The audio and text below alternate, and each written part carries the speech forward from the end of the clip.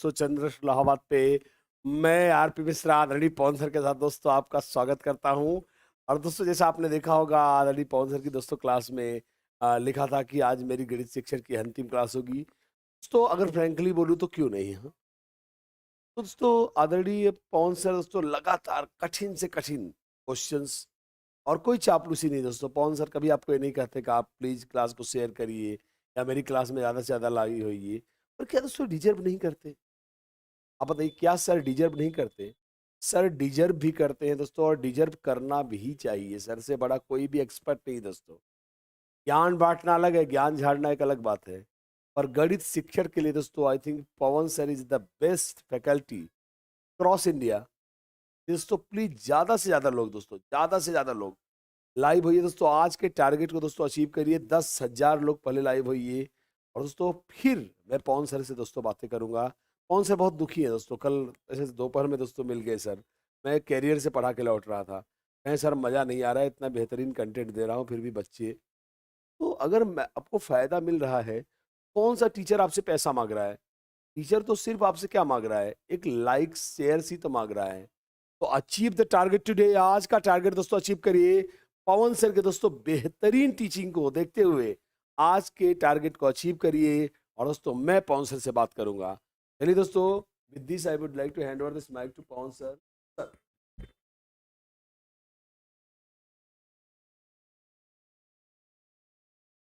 हाय dear students, मैं पवन तिवारी चंदा institute के ऑनलाइन क्लास में आप सभी का हार्दिक स्वागत करता हूं। चलिए सेशन शुरू करेंगे। बहुत ज़बरदस्त सेशन होगा। और जैसा आप रोजाना की क्लास में आप लोग देख रहे हैं कि थ्योरी और उससे रिलेटेड प्रश्न है, तो आज भी उसी कॉम्बिनेशन को मैं आगे बढ़ाऊंगा। आप सभी लोग बिल्कुल अपनी सक्रियता रखिएगा और बिल्कुल परेशान नहीं होना। तो चलिए सेशन शुरू करते हैं। और कुछ बातें अभी और करेंगे, मैं बीच में और कुछ और मैं बातें करूंगा। तो पहले सेशन शुरू कर लें और देखते हैं कि जो आज का प्रश्न कॉम्बिनेशन है उसके लिए थ्योरी थोड़ा सा समझ लें। देखिए, जब थॉट की बात करते हैं तो थॉट एक तो वह विचार होता है जो बिल्कुल सटीक, और दूसरा वह विचार होता है जो खुला हुआ। मतलब ये है कि यहाँ ध्यान देना, अभिसारी और अपसारी। अपसार का मतलब होता है फैलाना, मतलब जहां पर ये विचार खुलते हो। बस ज्यादा समय नहीं लूंगा। जहां पर ये विचार खुलते हो वहां पर होगा अपसार। और अभिसारी का मतलब जहां पर विचार सीधा चले। अच्छा, यदि विचार सीधा चलता है तो इसका मतलब निष्कर्ष तक पहुंचने का एक ही साधन होगा। निष्कर्ष तक पहुंचने का एक ही साधन होगा। मतलब यदि विचार अपसारी है, खुला हुआ विचार है, जिसको ओपन कहते हैं, यदि विचार खुला हुआ है तो इसका मतलब निष्कर्ष तक पहुंचने के यह अलग अलग रास्ते देता है। मतलब इस प्रकार, मतलब जो अभिसारी सोच में प्रश्न बनेंगे, क्योंकि यहाँ पे विचार सीधा चलता है, अर्थात केवल एक प्रकार से उत्तर दे सकते हैं। मतलब कुल मिला के विचार एक प्रकार से चलने का मतलब एक प्रकार से बंद होता है। तो यहाँ पर विचार एक प्रकार से बंद होते हैं। अतः अभिसारी सोच में जो भी प्रश्न बनेगा उसका नेचर होगा बंद अंत वाला। मतलब इसको बोलते हैं क्लोज एंडेड क्वेश्चन। ये प्रश्न कहाँ बनेंगे? अभिसारी सोच में। लेकिन यदि विचार अपसारी है, खुला हुआ विचार है, तो यहां पर निष्कर्ष तक पहुंचने के अनेक माध्यम हो सकते हैं। मतलब जो प्रश्न बनेंगे ये कैसे होंगे? खुला अंत, या कहीं कहीं मुक्त अंत भी लिखा होता है। इंग्लिश में ओपन एंडेड क्वेश्चन बोलते हैं। तो निश्चित रूप से आप समझ सकते हैं कि बंद अंत वाले प्रश्न ऐसे प्रश्न होते हैं जिनका उत्तर केवल एक प्रकार से दिया जा सकता है, जिनका उत्तर केवल एक प्रकार से दे सकते हैं। और खुला अंत के प्रश्न ऐसे प्रश्न होते हैं जिसका उत्तर एक से अधिक प्रकार से दिया जा सकता है। सवाल यह है कि ऐसे प्रश्नों का उत्तर केवल एक प्रकार से क्यों दे सकते हैं? क्योंकि यह फैक्ट पर आधारित होता है। ये किस पर आधारित होता है? फैक्ट पर। जैसे आपसे कहा जाए, अच्छा ये तर्क का अवसर नहीं देता, ये तर्क का अवसर नहीं देता, ये फैक्ट होता है। जैसे आप देखिए, मैं कह दूं कि पानीपत का प्रथम विश्व युद्ध कब हुआ, तो यह एक फैक्ट है। यहां पर हम अपने तर्क को नहीं लगा सकते। जैसे मान लिया हमें नहीं पता है, तो ऐसा तो तर्क लगाएंगे नहीं कि हो सकता है 1526 में। जो होगा वो क्लियर होगा। जैसे मैं आपसे कहूं कि 3+7 बराबर कितना है, तो 3+7 बराबर 10 है, बिल्कुल फैक्ट है ना। या जैसे ये पूछा जाए कि सबसे छोटी अभाज्य संख्या क्या है, तो सबसे छोटी अभाज्य संख्या 2 है, यह फैक्ट है। कहने का मतलब यह है कि यह तर्क का अवसर नहीं देता। जैसे पूछा जाए महात्मा गांधी का जन्म 2 अक्टूबर 1869, लेकिन यदि नहीं पता है तो क्या तर्क कर पाएंगे कि हो सकता है इस सन में हुआ, हो सकता है इधर, हो सकने वाला तो कोई काम ही नहीं। तो ऐसे प्रश्न जो होते हैं ये फैक्ट पर आधारित होते हैं। यही रीजन है कि ऐसे प्रश्नों का उत्तर केवल एक प्रकार से दे सकते हैं। लेकिन खुला अंत प्रश्न वो प्रश्न होते हैं कि ऐसे प्रश्न आइडियाज, विचारों पर, या आप ये कह सकते हैं कि तर्क पर आधारित होते हैं। विचार, आइडियाज तर्क पर आधारित होते हैं। और ध्यान देना, जो ऐसे प्रश्न होते हैं बंद अंत वाले, इसका उत्तर निश्चित होता है और स्पष्ट होता है। जैसे 3+7, इसका उत्तर एकदम निश्चित है और स्पष्ट है। लेकिन ऐसे प्रश्नों का उत्तर अनिश्चित एवं अस्पष्ट होता है। अनिश्चित और अस्पष्ट कैसे? एक उदाहरण मैं बनाता हूं, इसका ध्यान दीजिएगा, बस 30 सेकंड दीजिएगा, ज्यादा समय नहीं लूंगा, हालांकि मैंने ज्यादा समय ले लिया है, लेकिन समझते चलिए। देखिए, जैसे मैं आपसे कहूं कि कोई दो संख्या लिखिए जिसका योगफल 20 हो। कोई दो संख्या लिखिए जिसका योगफल 20 हो। अब इसका उत्तर आप कई प्रकार से दे सकते हैं। जैसे आप 1+19 भी कह सकते हैं, तो आप 2+18 भी कह सकते हैं, आप 3+17 भी कह सकते हैं, तो 4+16 भी कह सकते हैं। तो कहने का मतलब ये एक तर्क पर आधारित, एक आइडियाज पर आधारित है। ऐसे प्रश्नों का उत्तर अनिश्चित होता है। आप ये भी कह सकते, तो ये भी कह सकते, ये भी कह सकते, तो आगे कुछ और भी कह सकते, और अस्पष्ट होता है। अच्छा, ये जो है उत्तर जो है इसमें सरल लगते हैं क्योंकि ये फैक्ट होता है, और इसमें उत्तर असंभव से लगते हैं कि और कितना हो सकता है और क्या हो सकता है। लेकिन एक चीज ध्यान देना, अब क्या आप यह निष्कर्ष निकालेंगे कि विद्यालयी पाठ्य चर्चा में ऐसे प्रश्नों को नजरअंदाज करना चाहिए? तो मैं एक चीज नोट कर दे रहा हूं, क्योंकि यदि इसको स्पष्ट रूप से पता नहीं होगा तो ज्यादातर गलतियां हो जाएंगी। एक लाइन नोट कर लीजिएगा कि ऐसे प्रश्नों को, मतलब विद्यालयी पाठ्य चर्चा में, एक लाइन में नोट कर देता हूं, इसके बाद प्रश्न पर आते हैं। विद्यालयी पाठ्य चर्चा में खुले अंत वाले प्रश्नों, खुले अंत वाले प्रश्नों को प्रोत्साहित किया जाना चाहिए। यह चीज नोट करना है। विद्यालयी पाठ्य चर्चा में खुले अंत वाले प्रश्नों को प्रोत्साहित किया जाना चाहिए। क्यों इसको प्रोत्साहित क्यों किया जाना चाहिए? क्योंकि यह विचारों को, यह तर्कों को ओपन करने का अवसर देता है। तो इस चीज को अभी जानते रहिए। मैं साइड हो जाता हूं, इसका बाद में स्क्रीनशॉट बना लेना। अब मैं प्रश्न पर आता हूं। चलिए सेशन की शुरुआत करते हैं पहले प्रश्न से। अभी कुछ आगे और थ्योरी है, बस जल्दी जल्दी इन सभी प्रश्नों को देखते चले। चलिए इसका उत्तर करिएगा। पहला प्रश्न आप सभी के सामने है।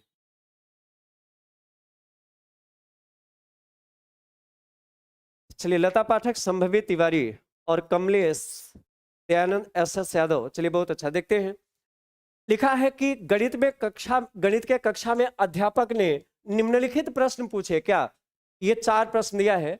लिखा है दो संख्याएं ज्ञात कीजिए जिनका योग 8 है। अच्छा, इस तरीके से 4 प्रश्न पूछे और आपसे लास्ट में ये पूछा गया है कि इसमें कौन कैसा प्रश्न है। जैसे A और B मुक्त सिरे वाले प्रश्न है, C और D बंद। तो चलिए पहचान करते हैं कि कौन सा प्रश्न किस नेचर का है, किस गुण का है।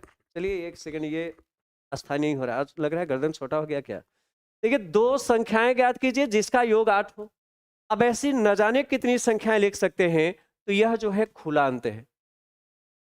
दो संख्याएं ज्ञात कीजिए जिसका योग 8 हो। 1 7 हो सकता है, 2 6 हो सकता है, 3+5 हो सकता है, 4+4 हो सकता है। तो ये खुला अंत है।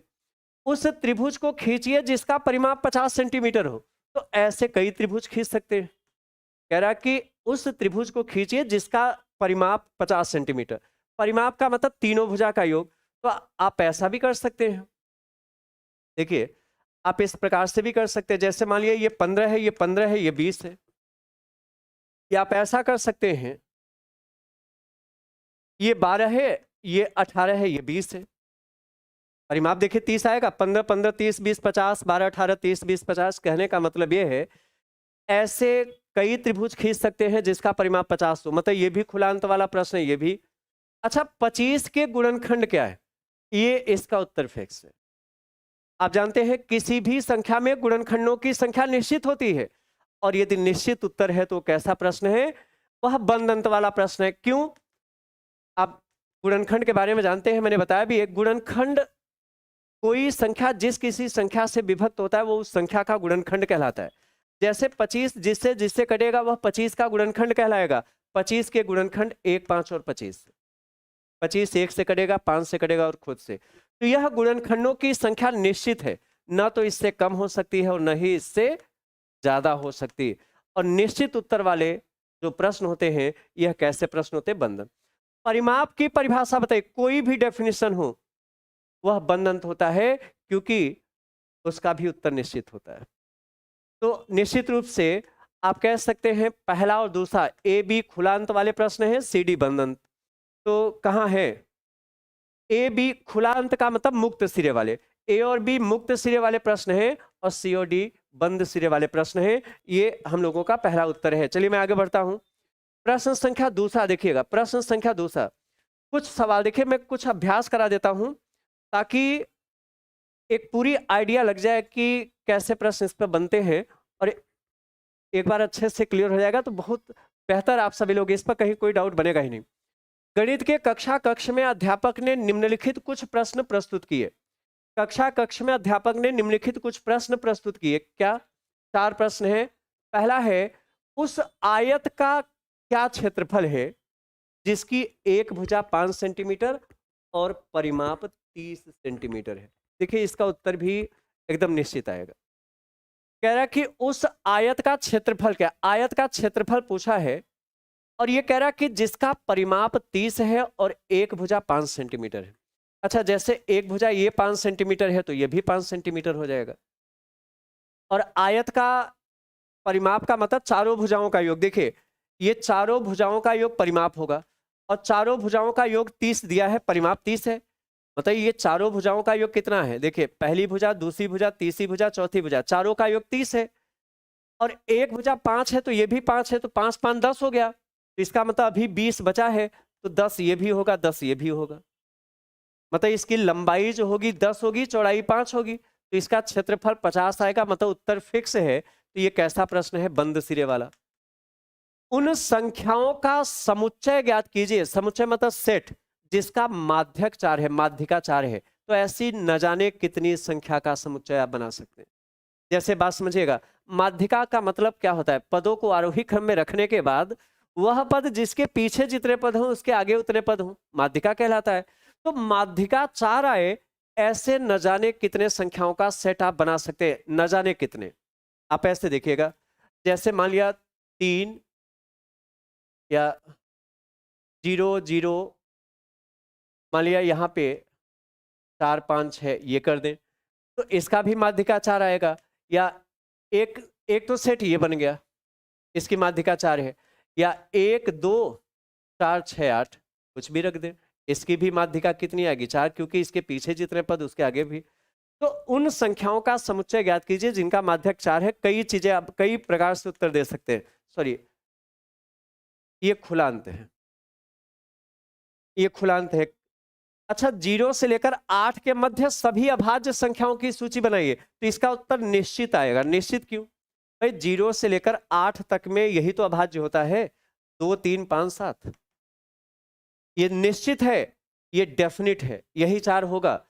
0 से 8 के बीच में 2 3 5 7 यही 4 अभाज्य है, और यह उत्तर निश्चित है। इसलिए यह भी ये कैसा प्रश्न है, बंधन।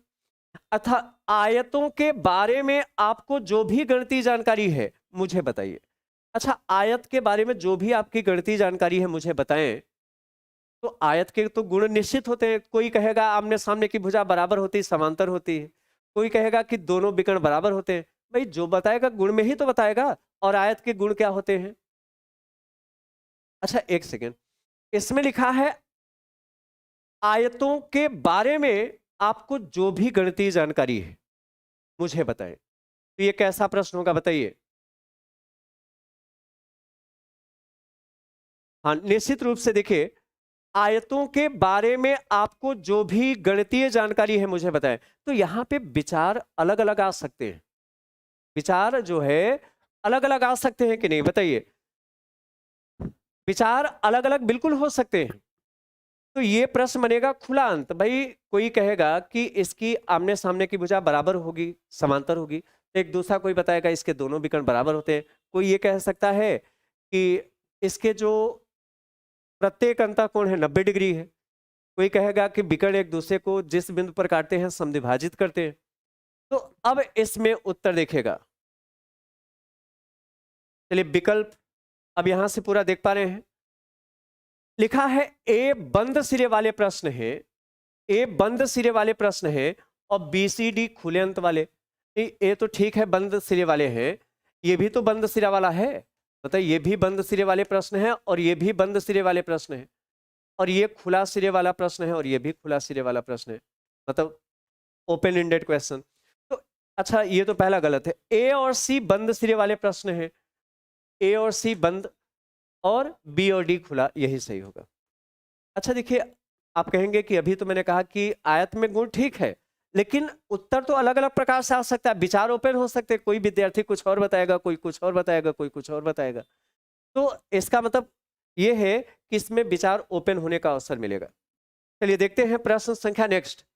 प्रश्न संख्या 30 देखिएगा, उत्तर करिएगा। अच्छा इसका चलिए ठीक है, प्रश्न पूरा है, तीसरे का उत्तर करिएगा। अभी आगे बहुत ही महत्वपूर्ण थ्योरी है, बने रहिएगा और लास्ट में कुछ आपसे डिस्कशन भी किया जाना है।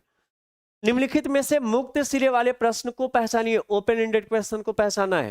लिखा है गत्ते के डिब्बे का आयतन 480 घन मीटर है, यदि इसकी लंबाई और चौड़ाई इतना है तो इसकी ऊंचाई क्या है। बस हो गया, इसका आयतन मतलब देखिए आयतन होता है लंबाई गुणा चौड़ाई गुणा ऊंचाई, तो लंबाई दिया है, चौड़ाई दिया है, ऊंचाई निकालना है, आ जाएगा। इसका उत्तर एक ही आएगा। इसमें हमें खुले अंत वाले प्रश्न की पहचान करना है ना, मतलब जिसमें उत्तर एक से अधिक प्रकार से हो, तो ये तो बंद सिरे वाले प्रश्न है, बात समझ पा रहे हैं। अगला है कि डिब्बे की चौड़ाई उसकी लंबाई की 4/5 है और ऊंचाई जो है चौड़ाई की 3/4 है। यदि डिब्बे का आयतन 480 घन मीटर है तो इसकी लंबाई चौड़ाई और ऊंचाई ज्ञात कीजिए। तो लंबाई चौड़ाई ऊंचाई में तो जानकारी दिया है।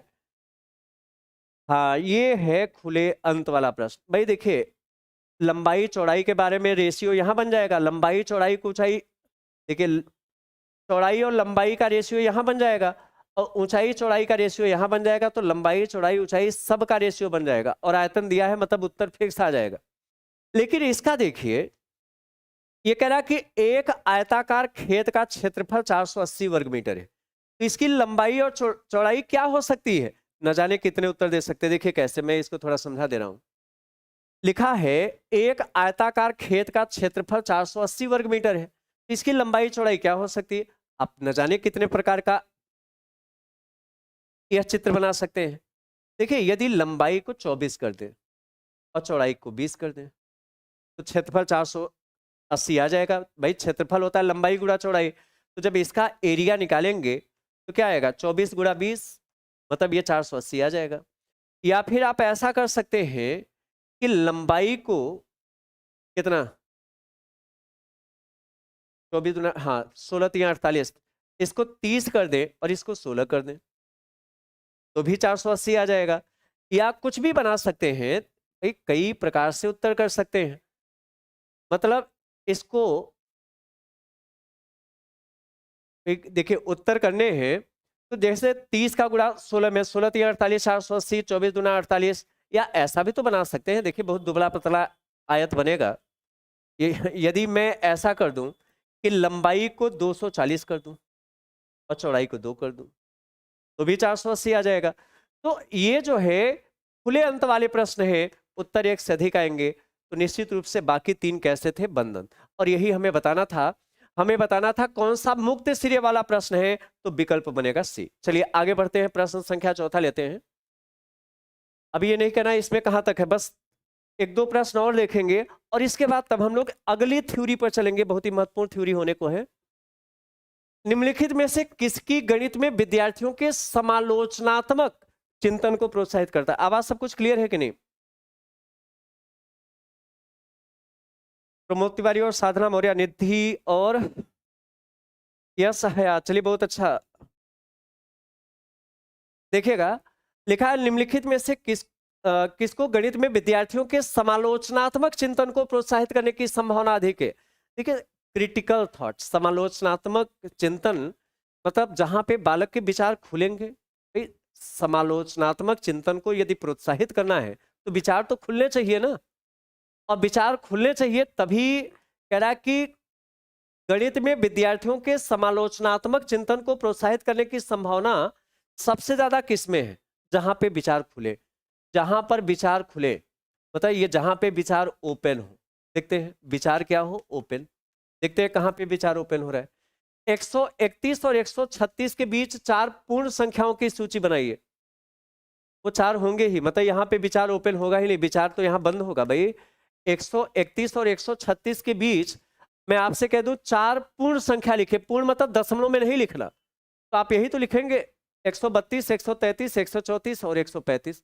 बस यही 4 हो सकते, मतलब निश्चित है और कुछ नहीं हो सकता। तो समालोचनात्मकता को तो जो है अवसर मिलेगा नहीं जहां विचार ओपन होंगे। 23 गुणा 15 का मान क्या होगा? एक उत्तर आएगा, मतलब यहाँ क्या विचार ओपन हो। यदि एक आयत का क्षेत्रफल 24 वर्ग सेंटीमीटर है और चौड़ाई जो है 4 सेंटीमीटर है, तो लंबाई कितनी है? 6 आएगा। बिल्कुल, यहाँ पर भी कोई अवसर नहीं मिल पाएगा, तो निश्चित रूप से यहाँ पर देखिए सिंपल सी बात है, समालोचनात्मकता वाले थॉट डेवलप होंगे जहां पर विचार ओपन होंगे। और विचार यहां ओपन होगा, चूंकि 24 सेंटीमीटर परिमाप वाले आयत की लंबाई और चौड़ाई कितनी होगी? तो अलग अलग कई उत्तर बना सकते हैं। भाई 24 सेंटीमीटर परिमाप आना चाहिए, तो ऐसे कई चित्र आप बना सकते हैं या कई उत्तर दे सकते हैं। भाई परिमाप का कॉन्सेप्ट होता है चारों भुजाओं का योग। भाई आयत है ना, तो आप देखिए एक आयत ऐसा भी बना सकते हैं, जैसे 8 8 16 कर दें और 4 ये कर दें, तो ये भी इसका परिमाप 24 आएगा। 8 8 16 4 20 4 24। या आप ऐसा कर सकते हैं, इसको 10 10 कर दे 20, 2 22 और 2 24। क्रिटिकल थॉट ओपन होगा। तो ये हम लोगों का डी विकल्प बनेगा। चलिए प्रश्न संख्या 5वां देखें। प्रश्न संख्या 5वां, आगे निम्न में से कौन सा बंद सिरे वाला प्रश्न है? बताइए, क्लोज इंडेड क्वेश्चन इसमें से कौन सा है? Close ended question. ऐसी 5 संख्याओं की सूची बनाना है जो कि 3 अंकों वाली संख्या हो। देखिए 5 संख्या की लिस्ट बनाइए जो 3 अंक वाली हो। अब विशेषता क्या हो? उसमें दहाई के स्थान पर अंक 5 हो। न जाने कितने बना सकते हैं, जैसे 253 कर सकते हैं। भाई 3 अंक की संख्या बनानी है और उसमें दहाई वाला अंक क्या हो? 5 हो, तो ये कर सकते हैं। 452 हो, है ना, 351 हो, ऐसे कई बना सकते हैं ना। अच्छा, एक ऐसी आकृति बनाओ जिसकी सभी भुजाओं का योग 36 सेंटीमीटर है। ऐसी कई आकृतियां बना सकते हैं। मतलब हमें बंद सिरे वाला बताना है, तो ये तो ओपन होगा, ओपन इंडेड, यहां पर भी ओपन। ऐसी कई आकृतियां बना सकते हैं जिसकी सभी भुजा का योग कितना हो? 36 हो। त्रिभुज में भी बना सकते हैं, आयत में भी बना सकते हैं, वर्ग में भी। बात समझ रहे हैं कि नहीं? 178 और 184 के बीच 5 पूर्ण संख्या लिखना। 5 पूर्ण संख्या मतलब दशमलव में नहीं, तो 5 तो होता ही है। 179, 180, 181, 182 और 183। भाई इसके बीच में तो केवल 5 पूर्ण संख्या है, मतलब यही क्लोज इंडेड क्वेश्चन। तो ये विकल्प हम लोगों का सी बनेगा। यहां पर हम लोगों का जो विकल्प बनेगा कौन सा बनेगा? सी, विकल्प सी, बंद सिरे वाला। अब बाकी ये भी तो क्या हो जाएगा? ये भी ओपन इंडेड हो जाएगा। भाई ये 3 ओपन बनेंगे और एक क्लोज बनेगा। अगले प्रश्न पर आ जाएं और इसके बाद थ्योरी चेंज। इसके बाद थ्योरी चेंज करेंगे। काफी प्रश्न इस पर मैंने बहुत अभ्यास करा दिया है ना, इस पर काफी अभ्यास हो चुका है। चलिए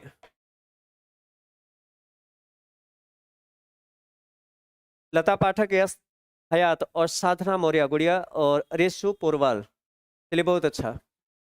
गणित के शिक्षक ने निम्नलिखित 4 प्रश्नों को सामने रखा। इसमें से कौन सा प्रश्न ओपन इंडेड क्वेश्चन है, मुक्त सिरे वाला? पहचानिए कौन सा मुक्त सिरे वाला प्रश्न है जिसमें कई प्रकार से उत्तर कर सकते हो। यदि 2 संख्याओं का योग 15 हो, उनमें से एक संख्या 7 हो, तो दूसरी संख्या क्या होगी? 8। मतलब ये तो क्लोज इंडेड क्वेश्चन। भाई कह रहा है कि दो संख्या है, दो संख्या है और दोनों का योग 15 है, दो संख्याओं का योग 15 है और उनमें से एक संख्या 7 है, तो दूसरी क्या होगी 8। भाई दूसरी संख्या निश्चित रूप से 8 होगी, मतलब केवल एक उत्तर, निश्चित उत्तर, स्पष्ट उत्तर। कैसा प्रश्न? Close ended. यदि अनिल की आयु 7 साल है और उसके पिता की आयु जो है उसकी आयु से 5 गुना है, तो पिता की आयु क्या होगी? 35 साल। मतलब ये तो भी बिल्कुल क्लोज ही हुआ। अनिल की आयु 7 साल है और उसके पिता की आयु अनिल की आयु से 5 गुना, मतलब ये पिताजी कितने साल के हुए? 35 के, है ना? तो ये भी उत्तर फिक्स है, निश्चित है, स्पष्ट है, बंद सिरे वाला प्रश्न। यदि दो संख्याओं का योग 17, ये तो बहुत सरलता से पकड़ में आ गया, ये ओपन एंडेड है। दो संख्याओं का योग 17 है तो ये संख्याएं क्या हो सकती हैं? कई हो सकती हैं। 1 + 16 भी हो सकता है, 2 + 15 भी हो सकता है, 3 + 14 भी हो सकता है, 4 + 13 भी हो सकता है।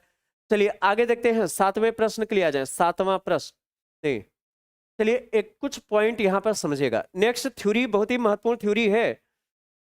हाँ देखिए, गणित में कंटेंट में कल नेक्स्ट में रखूंगा। देखिए कंटेंट बिल्कुल चिंता मत करिए, कंटेंट का हर अंग पढ़ाएंगे, चाहे वो मेजरमेंट सेक्शन से हो या अन्य भाग हो, बस थोड़ी सी सक्रियता और बढ़ाते रहिएगा। मुख्य बिंदु गणित की, अच्छा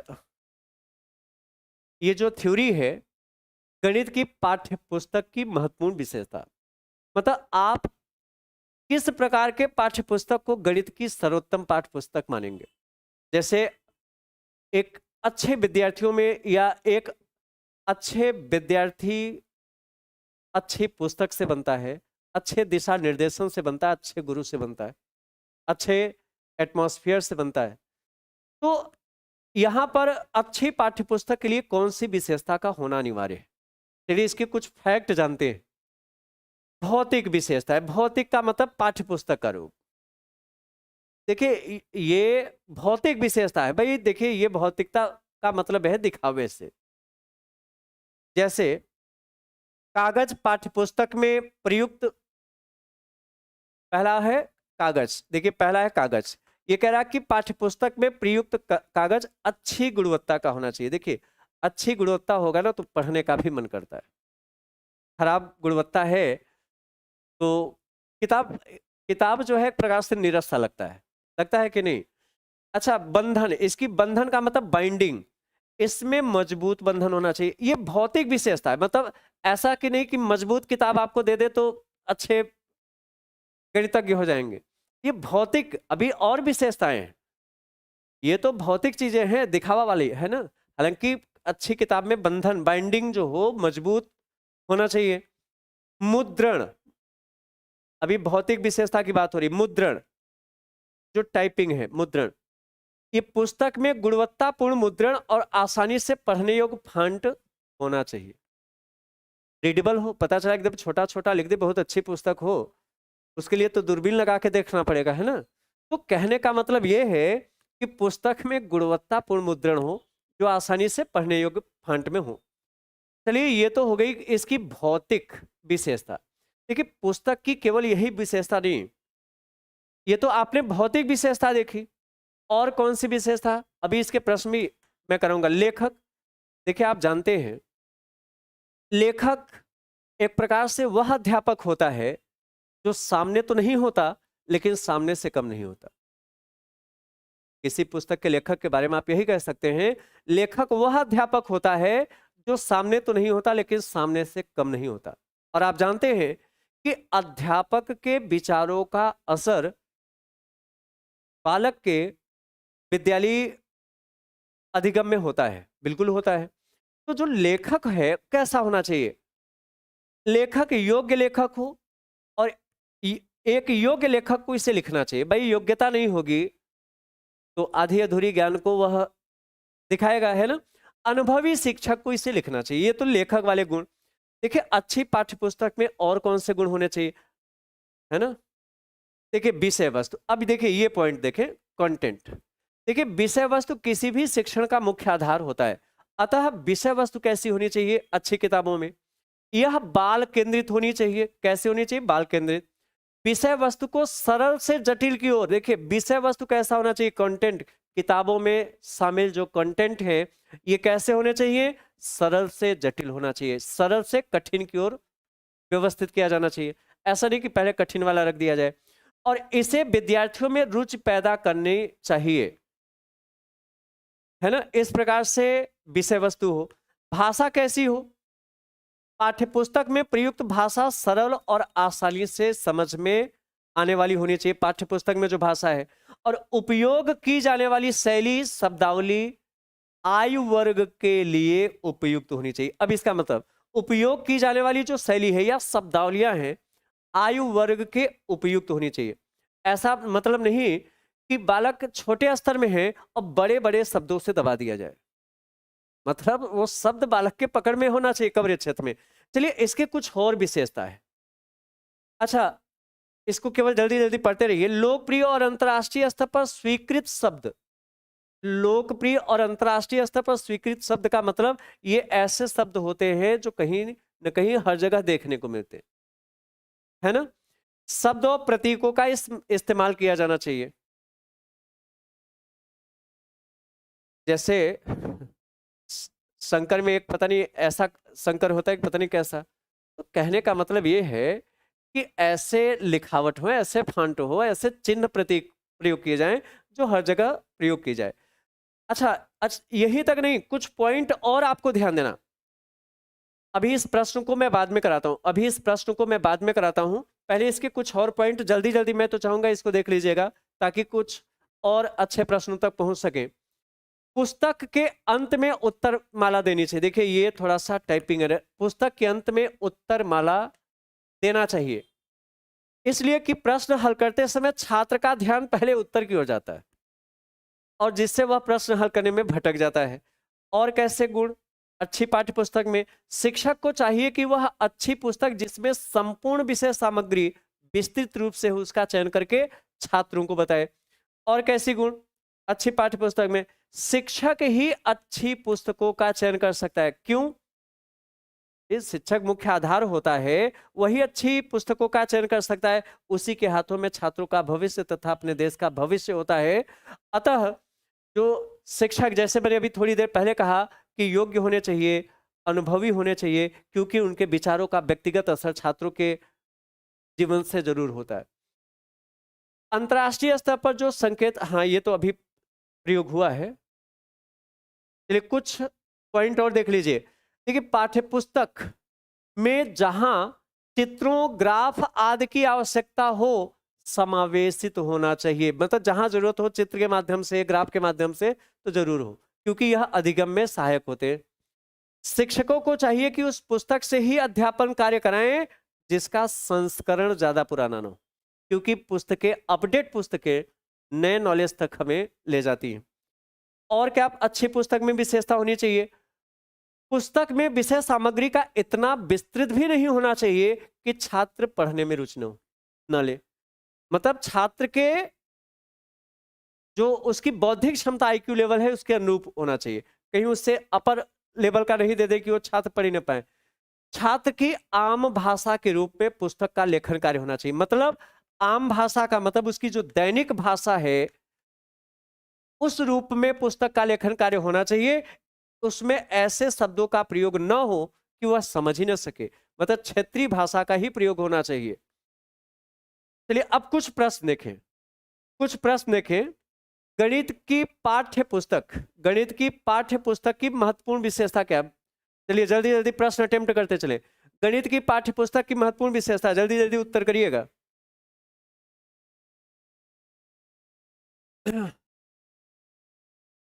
हाँ अभी बने रहिए, अभी कुछ बातें विचार आपके समक्ष रखने हैं।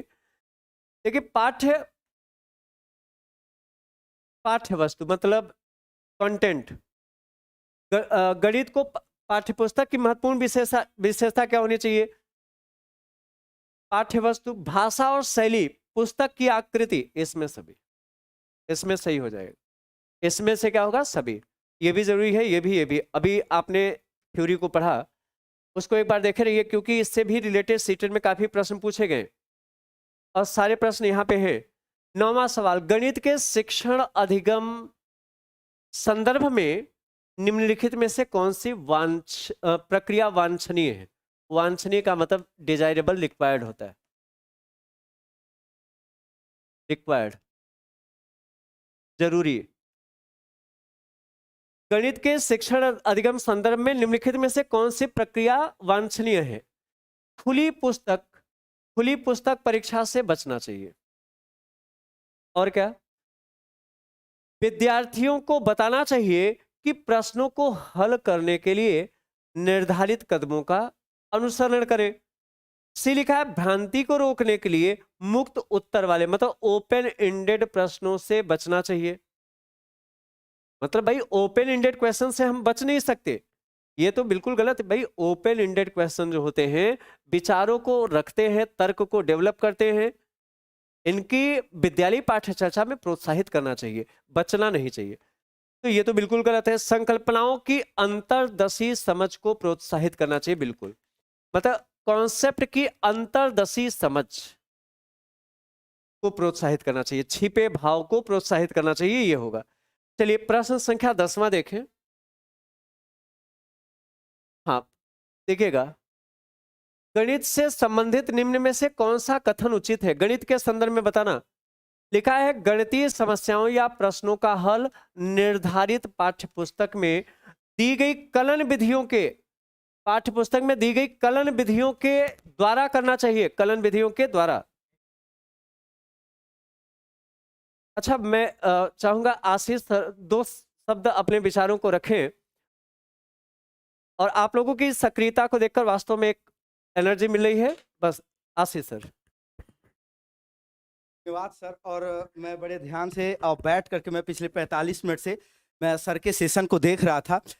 मतलब जो एक कंसंट्रेशन सर आपके बीच में रख रहे हैं, निश्चित तौर पर मुझसे रहा नहीं गया और मैं आपके बीच में आया हूं।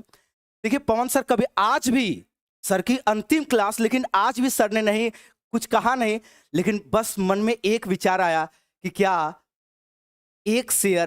आपके एक शेयर करने से अगर सर का मनोबल और थोड़ा सा बढ़ जाता है तो निश्चित तौर पर मतलब एक शिक्षक की वाणी है, सीधे सरस्वती से आपको आशीर्वाद मिलता है। एक शेयर सभी लोग करेंगे, तुरंत सेशन को कंटिन्यू। बस 10 सेकंड का हम चाहेंगे कि सर 10 सेकंड का आप समय दीजिए और सारे लोग एक शेयर करेंगे और तुरंत आगे की ओर कंटिन्यू करेंगे। Thank you very much. धन्यवाद सर। अब देखिए, बिल्कुल वास्तव में देखा जाए आप लोगों की काफी शुरुआत से ही सक्रियता रही है, और मैंने कल जाते जाते आपसे कहा था कि जब पूरी दिन भर के क्लास के बाद लाइव रूम में आया जाता है, अच्छा केवल मैं ही दिन भर नहीं, आशीष सर, आरपी सर, एक आप लोगों की उपस्थिति और एक प्रेरक कमेंट और इस तरीके से थम्स अप वगैरह एक प्रकार से इमोजी जो आप लोग देते हैं, एक वास्तव में देखा जाए ऊर्जा का कार्य करती है। तो इसी प्रकार की, अब देखिए समझ है ना टीचर की ऊर्जा क्या है। शुरुआत करते हैं, आगे बढ़ाते हैं। देखिए, पाठ्य पुस्तक कह रहा कि प्रश्नों का जो हल है वह निर्धारित पाठ्य पुस्तक में दी गई कलन विधि। देखिए, कलन विधि का मतलब सैद्धांतिक चीजें, ऐसा नहीं कि जो हल कराया जाए वह किताबी और सैद्धांतिक हो, सूत्र वाला हो, ये जरूरी नहीं, क्योंकि इससे ओपन विचार डेवलप ही नहीं होगा। गणित केवल संख्याओं और संख्या की अवधारणा के बारे में है नहीं, ऐसा तो कुछ नहीं। गणित तो हर प्रकार का, मतलब गणित विज्ञान भी है, गणित कला भी है। आप कहेंगे ये कैसे, किस आवेश में मैं कह रहा हूँ। वास्तव रूप से गणित का क्षेत्र और स्वरूप को तो डिसाइड कोई नहीं कर सकता, है ना। मतलब सुबह सोकर उठने से शाम होने तक पूरी गतिविधि गणित में ही बीत जाती है। हालांकि ये बात हमें भी नहीं पता होता, हम लोगों को भी। गणित के प्रश्नों या समस्याओं का हल आलोचनात्मक चिंतन मतलब क्रिटिकल थॉट को बढ़ाता है। बिल्कुल सही, ये बिल्कुल सही है। सी मतलब सी वाला विकल्प बिल्कुल सही है। नहीं, सी वाला क्या, हाँ सही है, सी में ही है, केवल सी सही है, केवल सी। ए और बी गलत मैंने पहले ही काट दिया था। चलिए प्रश्न देखते हैं। हाँ देखिए, निम्नलिखित में से पूरा प्रश्न पढ़ पा रहे हैं? लिखा है निम्नलिखित में से कौन सा प्राथमिक कक्षा की पाठ्य पुस्तक के महत्वपूर्ण लक्षण है। मतलब आप बताइए कौन सा प्राथमिक स्तर के पाठ्य पुस्तक का महत्वपूर्ण लक्षण है, बताइएगा। लिखा है कॉन्सेप्ट को बच्चों के दैनिक जीवन के अनुभवों से जोड़ा जाना चाहिए। बिल्कुल, अभी तो जो गुण बताया गया पाठ्य पुस्तक का, अभी तो इसमें पॉइंट शामिल था। कॉन्सेप्ट को कैसे देना चाहिए, बच्चों के ही संदर्भ में देना चाहिए। बिल्कुल, कॉन्सेप्ट को केवल गणितीय भाषा और चिन्हों के प्रयोग द्वारा समझाना चाहिए। नहीं, मैं केवल गणितीय भाषा से क्यों समझाएंगे, पैटर्न के माध्यम से भी उसमें सिखा सकते हैं, पैटर्न के माध्यम से भी सिखा सकते हैं, केवल गणितीय भाषा और चिन्ह नहीं, मतलब कहानियों के माध्यम से भी सिखा सकते हैं। लिखा है औपचारिक कलन विधि, तो कलन विधि तो वैसे भी गलत होता है। जब भी संभव हो संकल्पनाओं को मूर्त उदाहरण फिजिकल ऑब्जेक्ट के साथ प्रस्तुत करना चाहिए। ये भी सही होना चाहिए, है ना। हाँ, सही है, बिल्कुल। देखिए, ये तो बिल्कुल सही है, ये तो मैंने गलत किया। कलन विधि वैसे भी गलत गया। जब भी संभव हो कंसेप्ट को मूर्त उदाहरणों के साथ प्रस्तुत करना चाहिए। ये अभी आपने थ्योरी में पढ़ा, तो ए और डी होगा, ए और डी, ए और डी आएगा विकल्प डी, ए और डी ये होगा। चलिए मैं आगे बढ़ रहा हूं, प्रश्न संख्या नेक्स्ट लेते हैं। प्रश्न संख्या अगली, निम्नलिखित में से कौन सा, अब आगे एक और थ्योरी है, बहुत ही महत्वपूर्ण थ्योरी है इस प्रश्न के जस्ट बाद। कौन सी प्राथमिक स्तर पर गणित की पाठ्यपुस्तक की विशेषता नहीं होनी चाहिए, प्राथमिक स्तर पर कौन सी गणित की पाठ्यपुस्तक की विशेषता नहीं होनी चाहिए, बताइए। अवधारणा का उच्च कक्षाओं से संबंध होना चाहिए, अवधारणा का उच्च कक्षा, प्राथमिक स्तर पर कह रहा है। अच्छा एक सेकेंड, हाँ बिल्कुल, अवधारणा का उच्च कक्षाओं से संबंध होना चाहिए। देखिए प्राथमिक स्तर पर गणित की विशेषता में मतलब कॉन्सेप्ट इस प्रकार से दिए जाए कि जो आगे के लिए रिलेटेड हो। कुछ हद तक सही लग रहा है, अभी इसलिए काटूंगा नहीं, मैं आगे पढ़ता हूं। हमें बताना कौन सी विशेषता नहीं। अवधारणा का प्रस्तुतिकरण पदानुक्रम रीति से होना चाहिए, निश्चित सीक्वेंस में होना चाहिए, बिल्कुल ये तो होनी चाहिए, ये तो बिल्कुल प्योर होनी चाहिए। अवधारणा का प्रस्तुतिकरण जटिल से सरल, अभी आपने थोड़ी देर पहले थ्योरी में पढ़ा कि कॉन्सेप्ट का जो परिचय हो वह सरल से कठिन होना चाहिए, मतलब आप क्लियर हो गया कि ये होगा। कौन सी प्राथमिक स्तर पर गणित की पाठ्यपुस्तक की विशेषता नहीं होनी चाहिए, तो जटिल से सरल। अभी थ्योरी में मैंने बताया था ना कैसा होना चाहिए, सरल से जटिल होना चाहिए। और जहां तक संभव हो प्रासंगिक विधि से किया जाए, संदर्भ सहित किया जाए। तो ए बी डी विशेषता में है, सी विशेषता में नहीं है। चलिए अब आगे की कुछ थ्योरी देखते हैं।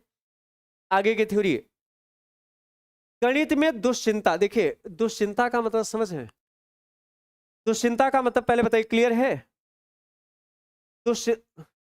हाँ बिल्कुल, बहुत अच्छा। बायोटेक और दीप्ति देवी, अनिल सिंह, रूपा कुमारी, चल बहुत अच्छा।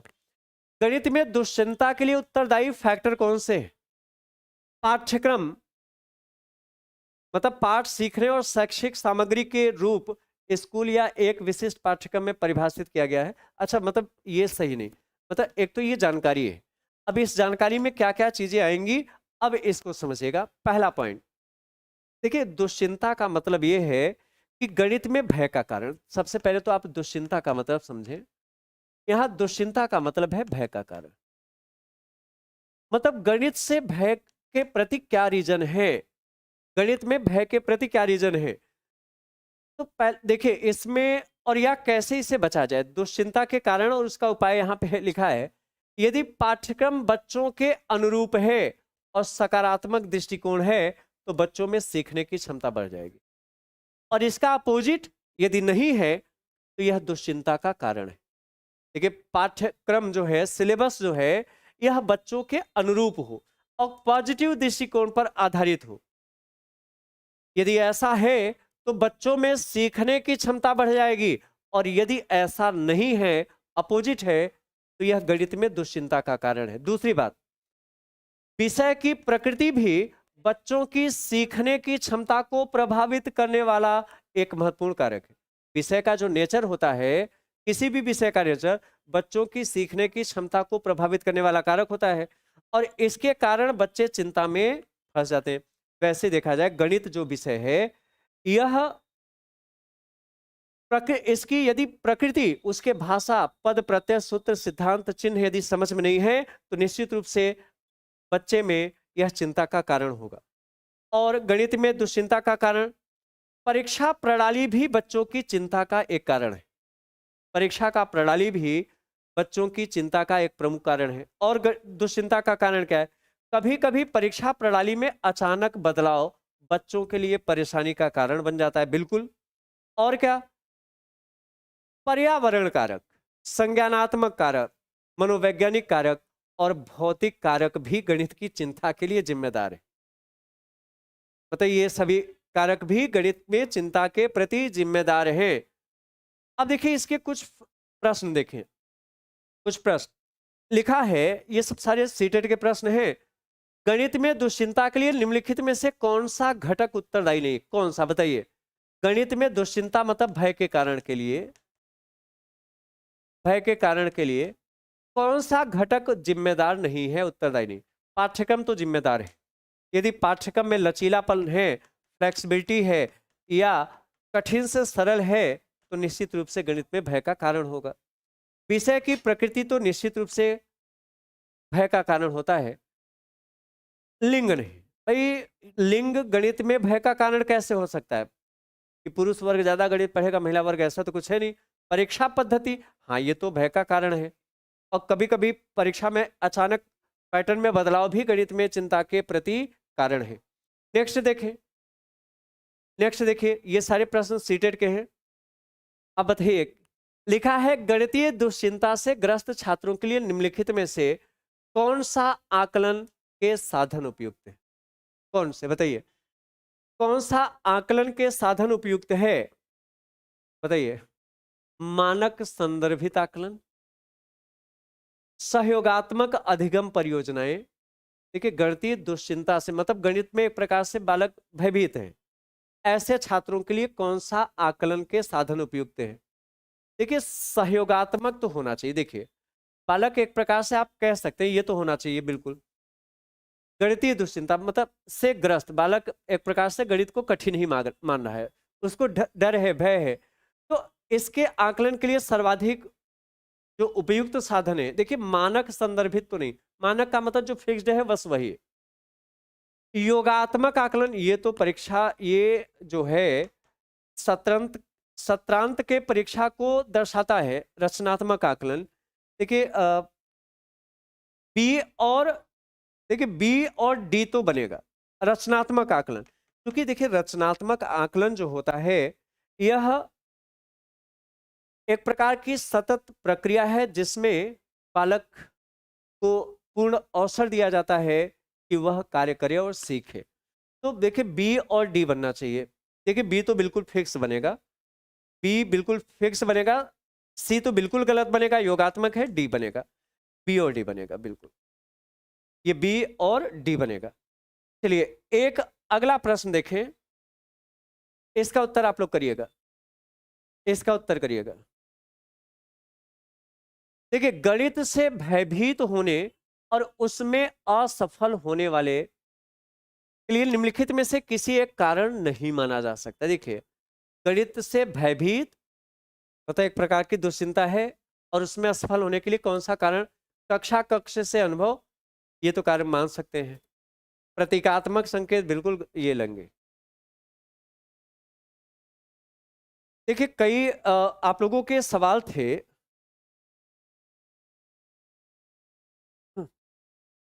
देखिए कई लोगों के शुरुआत में सवाल थे कि कल से क्या होगा, तो थोड़ी देर डिस्कशन कर लिया जाए।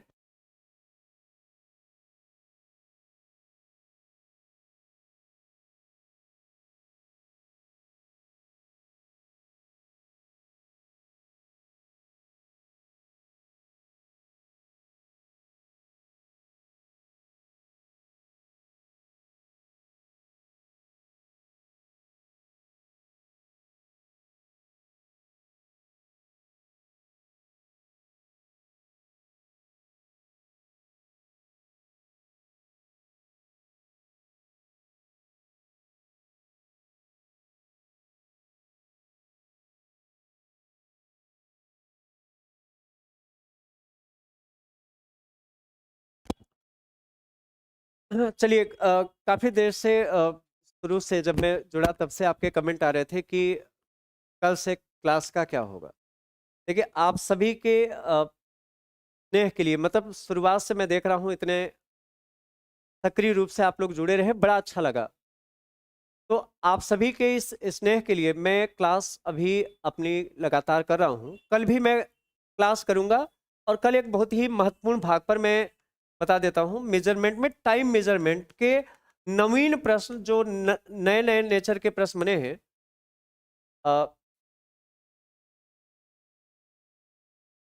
देखिए टाइम मेजरमेंट के प्रश्न ये मैं कल करा दूंगा।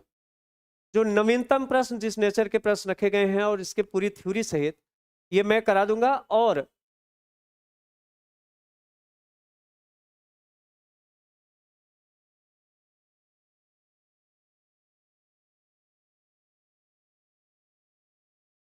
अच्छा, ये इस पर मैं कल की क्लास कर लूंगा। आप लोग बिल्कुल सहयोग दीजिएगा, साथ रहिएगा।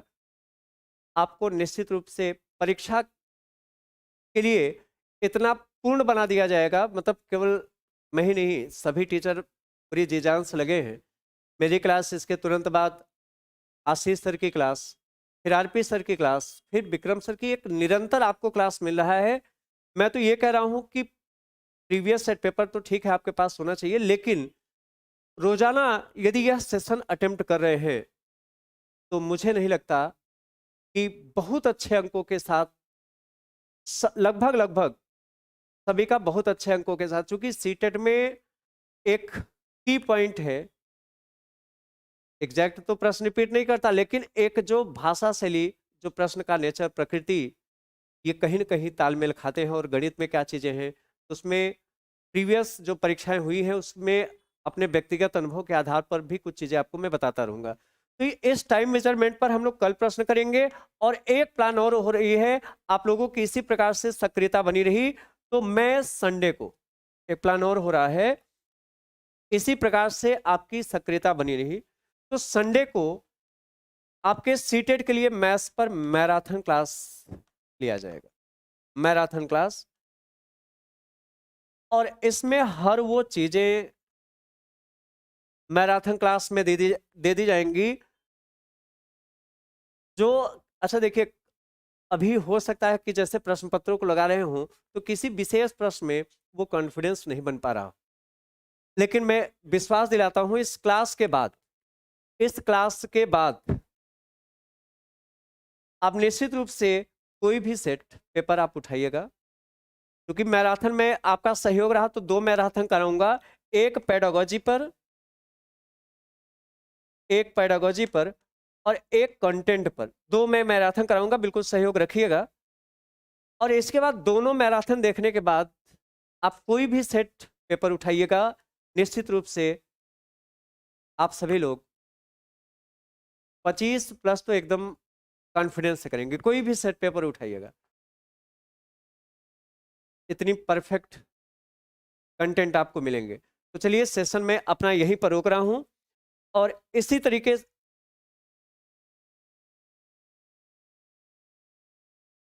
हाँ देखिए, मैथमेटिक्स के ही फिलहाल अभी क्लासेस में करा रहा हूं। तो चलिए मुलाकात करते हैं आपसे